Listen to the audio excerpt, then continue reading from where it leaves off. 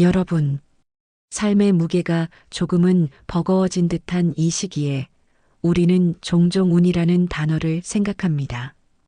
혹시 나의 운이 예전 같지 않다고 느끼시는 건 아닌지 모르겠습니다. 복권에 당첨되거나 갑자기 좋은 일이 생기는 것을 좋은 운이라고 생각하곤 하죠. 그러나 주역은 운을 그렇게 단선적으로 보지 않습니다. 주역이 우리에게 가르쳐주는 가장 첫 번째 통찰은 이것입니다. 운이란 좋고 나쁨이 없다. 운이란 좋고 나쁨이 없다. 목적을 예정대로 달성하는 힘, 1000년 사는 나무와 100년 사는 사람이 치르는 대가. 여러분, 우리는 왜 운명에 그토록 많은 관심을 가질까요? 아마도 이 세상에 나의 힘만으로는 통제할 수 없는 신비한 영역이 존재한다는 것을 삶을 통해 어렴풋이 느꼈기 때문일 겁니다. 운명이라는 단어를 들으면 우리는 흔히 원치 않는 불행이나 고통스러운 일을 떠올립니다. 내 운명이야. 받아들여라라는 말은 대개 좋지 않은 상황에서 사용되곤 하죠. 하지만 주역은 말합니다. 운명이란 좋지 않은 일에만 적용되는 것이 아니라고. 그것은 바로 자기 의지대로 안 되는 경우를 통틀어 말합니다. 현대 사회는 모든 것을 물질적인 합리성과 개인의 노력으로 이루려 합니다. 내 뜻대로 100% 되는 것이 좋다고 무의식 중에 생각하기 때문에 뜻대로 되지 않는 모든 것을 좋지 않은 운명으로 규정짓는 경향이 있습니다. 만약 이 세상의 모든 일이 오직 사람의 의지나 힘만으로 결정된다면 어떨까요? 언뜻 좋을 것 같지만 생각해보면 문제는 더욱 심각해집니다. 세상에는 나보다 더 힘이 세고 더 약삭빠른 사람이 항상 존재합니다. 그들의 뜻대로 모든 것이 다 이루어진다면 저와 여러분 같은 평범한 사람들이 가질 수 있는 몫은 하나도 남지 않을 겁니다. 여기서 주역의 통찰이 빛을 발합니다. 운명이란 오히려 좋은 것입니다. 왜냐하면 운명은 나보다 힘센 사람들의 뜻이 100% 관철되는 것을 막고 우리 같은 약자에게도 삶의 자리를 만들어주기 때문입니다. 여러분 주변을 한번 돌아보세요. 저 사람 저렇게 비리비리해서 과연 먹고 살 수 있을까? 하고 걱정했던 사람이 결국에는 그럭저럭 별 탈 없이 자신의 몫을 누리며 살아가는 것을 보셨을 겁니다. 그것이 바로 운명이 우리를 돌보는 방식입니다. 더 나아가 운명의 가장 중요한 작용 중 하나는 인간의 오만함을 꺾어 놓는 것입니다. 세상 모든 것을 자신의 능력으로 통제할 수 있다고 믿는 오만한 사람조차도 결국은 운명 앞에서 무릎을 꿇고 내 힘만으로는 안 되는 것이 있구나라고 겸손해집니다. 이 겸손함이야말로 삶의 깊은 통찰로 가는 첫걸음입니다.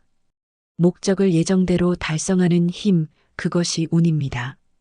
하지만 그 목적이 오직 나의 개인적인 성공이나 작은 이익에만 머물러 있다면 우리는 끊임없이 좋고 나쁜 운에 끌려다니게 됩니다. 주역에서 말하는 운은 결국 세상의 존재의 법칙, 즉 도를 따를 때 자연스럽게 따라오는 힘입니다. 1000년을 사는 나무가 자신의 천명을 다하기 위해 천둥과 번개를 견디고 사계절의 섭리를 따르는 것처럼 100년을 사는 사람도 자신의 천명을 다하기 위해 삶의 리듬과 섭리를 따라야 합니다. 그 섭리를 따를 때 운은 저절로 우리의 목적을 예정대로 달성하도록 돕는 힘이 됩니다. 운을 좋고 나쁨으로 재단하는 대신 운명 자체의 섭리를 이해하고 그 흐름에 합일되는 것이 우리가 이 나이에 배워야 할 지혜입니다. 기륭을 만나야 대업을 이룬다. 천지 창조 삼라만상. 세상은 어떻게 돌아가는가. 사과는 서리를 견뎌야 맛이 들고 쇠는 불질을 견뎌야 단단해지듯 살다 보면 길한 일만 겪고 싶지만 현실은 흉한 일도 닥치기 마련입니다. 주역은 이 길과 흉을 천지 창조 삼라만상의 원리 그 자체로 해석합니다. 세상이 어떻게 돌아가는지를 이해하려면 길과 흉이 왜 존재하는지부터 알아야 합니다. 여러분은 흉한 운이 우리에게 닥치는 이유가 무엇이라고 생각하십니까? 주역은 이 질문에 놀랍도록 명쾌한 답을 제시합니다. 흉한 운은 곱고 바른 사람, 즉 정한 사람이 이기도록 하기 위해 존재하는 것입니다. 만약 세상에 흉한 운이 전혀 없다면 이 세상은 모든 것을 계산으로 따지는 사람, 그리고 약삭빠른 사람이 모든 것을 독차지하게 될 겁니다. 그들은 눈앞에 작은 이익을 쫓아 달려가고 조금이라도 불리하다 싶으면 재빨리 포기하고 도망칠 겁니다. 하지만 흉한 운이 닥치면 상황은 완전히 달라집니다. 어떤 어려운 상황이 닥쳤을 때 계산적이거나 약삭빠른 사람들은 에이, 귀찮다. 내가 굳이 이걸 감당할 필요가 있나? 라고 하며 포기합니다. 그들은 손해를 보지 않기 위해 쉽게 돌아섭니다. 바로 그 상황에서 포기하지 않고 곱고 바른 마음을 지키는 사람이 있습니다. 그들은 당장의 이익이나 손해를 따지기보다 자신이 가야 할 길이나 지켜야 할 가치 때문에 그 어려움을 견뎌냅니다. 흉한 운은 바로 이 정한 마음을 지닌 사람에게 승리의 열매를 가져다 주기 위해 포기하지 않고 견딘 대가로 대업을 이룰 기회를 주기 위해 존재하는 것입니다. 자연의 섭리도 마찬가지입니다. 사과는 서리를 견뎌야 맛이 들고 쇠는 불질을 견뎌야 단단해집니다. 서리와 불질은 사과나무와 쇠에게는 일종의 흉한 운일 수 있습니다. 서리를 맞지 않은 사과는 싱겁고 불질을 견디지 않은 쇠는 쉽게 부러집니다. 그러나 혹독한 과정을 거친 사과는 달고 깊은 맛을 내며 단련된 쇠는 무거운 짐을 지탱합니다. 우리 인생에서 겪는 고난과 역경, 즉 흉한 운 역시 우리를 정신적으로 단련시키기 위한 불질과 같습니다. 50대, 60대가 되어 삶을 돌아보면 우리를 가장 힘들게 했던 그 고통스러운 순간들이 결국은 나를 가장 단단하게 만들고 오늘의 나를 있게 한 축복이었음을 깨닫게 됩니다. 기륭화복은 단순히 복을 누리고 액땜을 하는 차원의 문제가 아닙니다. 그것은 세상의 원리, 세상이 돌아가기 위한 작용입니다. 태초의 천지 창조부터 삼라만상이 운행하는 법칙은 음과 양, 길과 흉이라는 대립적인 힘의 상호작용 속에서만 유지됩니다. 빛이 있으려면 어둠이 있어야 하고 성장의 기쁨이 있으려면 고통의 흉함이 있어야 균형을 이룹니다. 그러므로 이제는 흉한 운을 피해야 할 대상으로만 보지 마십시오. 그것이 닥쳤을 때 왜 나에게만 이런 일이? 라고 불평하기보다 오히려 나의 정한 마음을 지킬 기회가 왔구나라고 생각해야 합니다. 흉운은 나를 단련시키고 계산적인 사람들을 걸러내며 궁극적으로 내가 마땅히 받아야 할 대업을 성취하도록 돕는 하늘의 깊은 뜻임을 주역은 깨우쳐 줍니다. 그 흉운을 피하지 않고 견디는 용기가 바로 이 나이의 품위가 될 것입니다. 가고자 하는 바가 분명해야 하늘도 돕는다. 어울리되 휩쓸리지 말고 즐기되 우려하지 마라. 운에 끌려다니지 않으면 운명을 끌고 다닐 수 있다. 운이 세상의 존재 법칙에 따라 흐르는 힘이라면 운명은 그 흐름 속에서 내가 받아 지닌 하늘의 명령입니다. 삶의 길을 가는 데 있어 가장 중요한 것은 내가 가고자 하는 바, 즉 천명이 무엇인지 분명히 아는 것입니다. 가고자 하는 바가 분명할 때 비로소 하늘도 우리를 돕기 시작합니다. 우리가 운명에 끌려다니는 가장 큰 이유는 내 삶의 중심이 확고하지 않기 때문입니다. 주역은 우리에게 어울리되 휩쓸리지 말고 즐기되 우려하지 말라고 조언합니다. 이 말은 곧 세상의 변화와 관계 속에서 나라는 중심을 잃지 말라는 경고입니다. 50대가 되어서도 여전히 남들의 시선이나 사회적 기대에 휩쓸려 살아가거나 당장의 이익이나 손해에 우려하며 마음이 흔들린다면 우리는 끊임없이 좋고 나쁜 운에 이리저리 끌려다니게 됩니다. 마치 돛대 없는 배가 바람과 파도에 속절없이 밀려다니는 것과 같습니다. 운명에 끌려다니지 않고 운명을 끌고 다니는 삶은 어떻게 가능할까요? 그것은 바로 나의 천명을 찾는 일에서 시작합니다. 젊은 시절 30대와 40대는 생존과 경쟁의 시기였습니다. 우리는 이 거친 세상에서 가족을 부양하고 자기 자리를 찾아내기 위해 치열하게 싸워야 했습니다. 그때는 자기 천명을 돌아볼 마음의 여유가 없었습니다. 내면의 목소리는 외면한 채 외형적인 성장과 물질적인 성공만을 쫓았습니다. 하지만 50대가 되면 상황이 달라집니다. 자녀들은 어느 정도 자라 부모의 잔소리를 더 이상 듣지 않고 회사에서도 사회에서도 책임의 무게는 여전하지만 삶의 속도는 조금 느슨해집니다. 이때 비로소 자기 자신을 돌아볼 여유가 생깁니다. 이때가 바로 내 삶의 후반생, 내면의 성장의 단계를 시작해야 할 황금기입니다. 천명이란 거창한 것이 아닐 수 있습니다. 그것은 하늘이 나에게 바라는 것이자 내가 이 세상에 태어나 꼭 이루어야 할 가장 나다운 삶의 목적입니다. 이 목적이 분명해질 때 우리의 삶에는 대도무문의 길이 열립니다.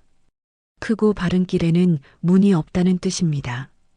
대도무문의 길을 가기 위해서는 내 삶의 중심을 잡아야 합니다. 주역은 50대가 되면 장을 머금어야 한다고 말합니다.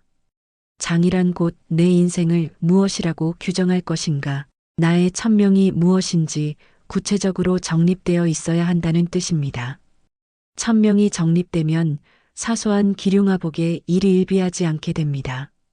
우리의 시선은 눈앞의 작은 이익이나 손해를 넘어 내가 가고자 하는 큰 길에 고정되기 때문입니다.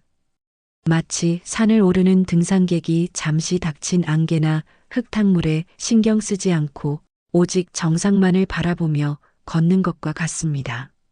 운명은 우리에게 매번 시험을 던져줍니다. 그러나 가고자 하는 바가 분명한 사람에게는 그 모든 시험이 오히려 나의 길을 더욱 선명하게 비춰주는 이정표가 됩니다. 운에 끌려다니지 않고 운명을 끌고 다니는 힘, 그것은 바로 나는 누구이고 무엇을 위해 사는가? 라는 질문에 대한 확고한 대답에서 나옵니다. 이 나이에 우리는 바로 그 대답을 완성해야 합니다. 모두가 각자 인생의 1등이다. 마음의 심연에 자리한 두 가지 하늘의 의도를 알면 팔자의 방향이 보인다. 자, 우리는 종종 팔자라는 단어를 사용합니다. 내 팔자가 기구하다, 팔자 한번 고쳐보자는 말을 듣거나 하셨을 겁니다. 여기서 주역과 역학은 팔자에 대한 근본적인 오해를 바로잡아줍니다. 팔자에는 죄가 없습니다. 팔자가 꼬이는 것이 문제일 뿐, 팔자 자체는 결코 문제가 아닙니다. 팔자란 무엇일까요? 사주팔자는 연, 월, 일, 시, 4개의 기둥과 거기에 해당하는 8글자를 말합니다. 이는 우리가 태어날 때 하늘로부터 부여받은 기질이자 결입니다. 마치 나무가 소나무의 결을 가지고 태어나고 대나무가 고든 결을 가지고 태어나는 것처럼 사람에게 새겨진 고유한 성질이 바로 팔자입니다. 주역의 통찰에 따르면 팔자란 사실 그 사람에게 주어진 가장 강력한 무기입니다. 사람은 자신에게 주어진 팔자대로, 즉 가장 자기다운 성질대로 그대로 살 수만 있다면 가장 큰 뿌듯함과 일체감을 느낄 수 있습니다. 문제는 그 팔자대로 살지 못하고 세상의 잣대나 타인의 기대에 맞춰 억지로 살려 할 때 팔자가 꼬이게 되는 것입니다.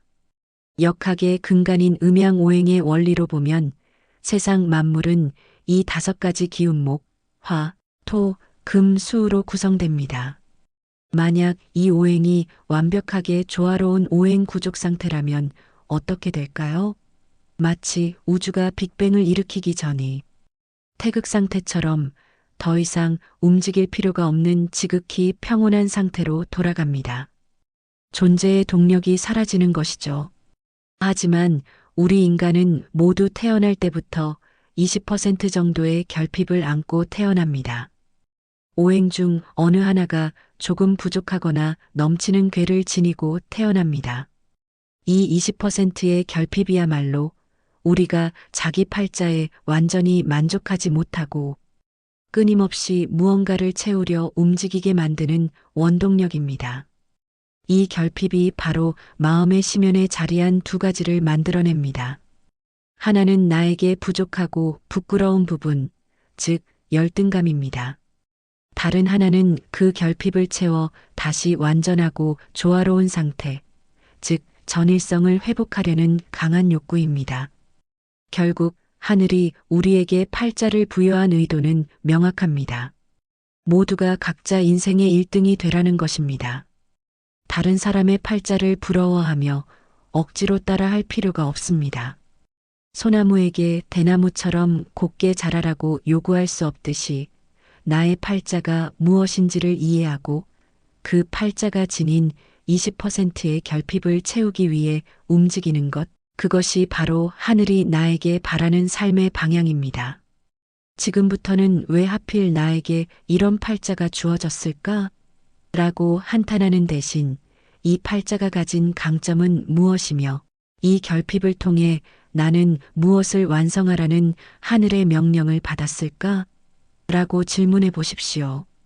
팔자는 여러분을 괴롭히기 위해 주어진 굴레가 아니라 세상에 단 하나뿐인 가장 강력한 여러분의 사용 설명서입니다.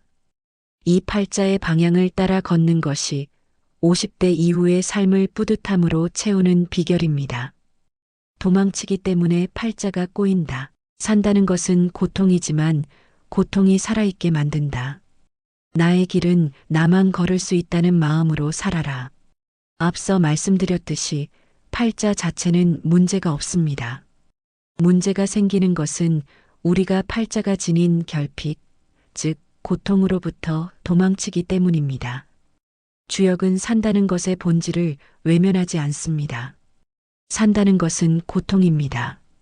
하지만 이 고통이야말로 우리가 살아있게 만드는 가장 강력한 증거입니다. 영국의 심리학자 칼 융은 예수의 성서 구절을 인용하며 이렇게 말했습니다. 사람은 누구나 자기만의 십자가를 지고 산다. 융은 이 자기만의 십자가를 바로 기질과 팔자에서 오는 피할 수 없는 괴로움이라고 해석했습니다. 우리는 누구나 자신이 부족하고 못마땅한 부분이 있습니다. 끊임없이 자기를 괴롭히는 열등감이나 부끄러움이 있죠. 우리는 보통 이 고통과 결핍을 외면하고 숨기거나 혹은 타인의 삶을 부러워하며 도망치려 합니다. 하지만 주역은 고통을 직시하고 그것을 피하지 말라고 조언합니다. 왜냐하면 그 고통이 바로 나를 나답게 완성하는 재료이기 때문입니다.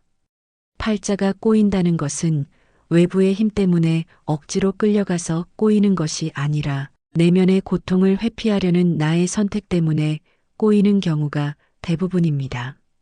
우리가 50대가 되어 반드시 가져야 할 마음가짐은 나의 길은 나만 걸을 수 있다는 단독자의 용기입니다.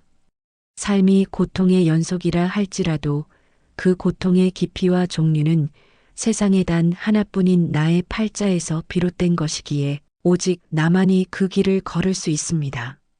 도망치기 때문에 팔자가 꼬이는 세 가지 방식, 회피, 자신의 약점을 인정하지 않고 덮어두려 합니다. 예를 들어, 나는 원래 게으르지 않아. 단지 환경이 안 좋았을 뿐이야 라고 변명하며 자기 기질의 문제를 타인의 탓이나 환경 탓으로 돌립니다. 의존, 나의 문제를 해결해줄 누군가 가족, 멘토, 신, 운에게 전적으로 의존하려 합니다. 스스로 고통을 감당하려는 노력을 포기하고 책임마저 전가하려 합니다. 모방, 다른 사람의 성공적인 삶의 방식이나 기질을 흉내내려고 합니다. 이럴 경우 내 팔자에 맞지 않는 옷을 억지로 입은 것처럼 불편하고 결국 정체성을 잃어버리게 됩니다. 주역이 말하는 기인은 바로 이 고통의 근원을 직시하고 그 고통을 통해 삶의 전환점을 만들어내는 기회입니다. 고통을 회피하지 않고 마주할 때 우리는 비로소 내 팔자의 진정한 방향을 깨닫게 됩니다. 이 나이에 우리는 깨달아야 합니다. 삶의 고통은 나를 망가뜨리려는 저주가 아니라 나를 살리고 완성하려는 하늘의 축복이었다는 것을, 나의 길은 나만 걸을 수 있다는 단단한 마음으로 짊어진 고통을 나의 가장 중요한 과제로 받아들일 때 우리는 팔자에 끌려다니는 운명이 아닌 스스로 운명을 끌고 가는 주인이 될 수 있습니다. 결국 자기 생긴 대로 사는 법이다. 동무 이제마가 정리한 기질과 마음 건강. 나를 모르면 길을 잃고 나를 알면 제 길을 갖는다. 우리가 팔자의 고통으로부터 도망치지 않고 그 길을 걷기 위해 가장 먼저 해야 할 일은 바로 나를 아는 것입니다.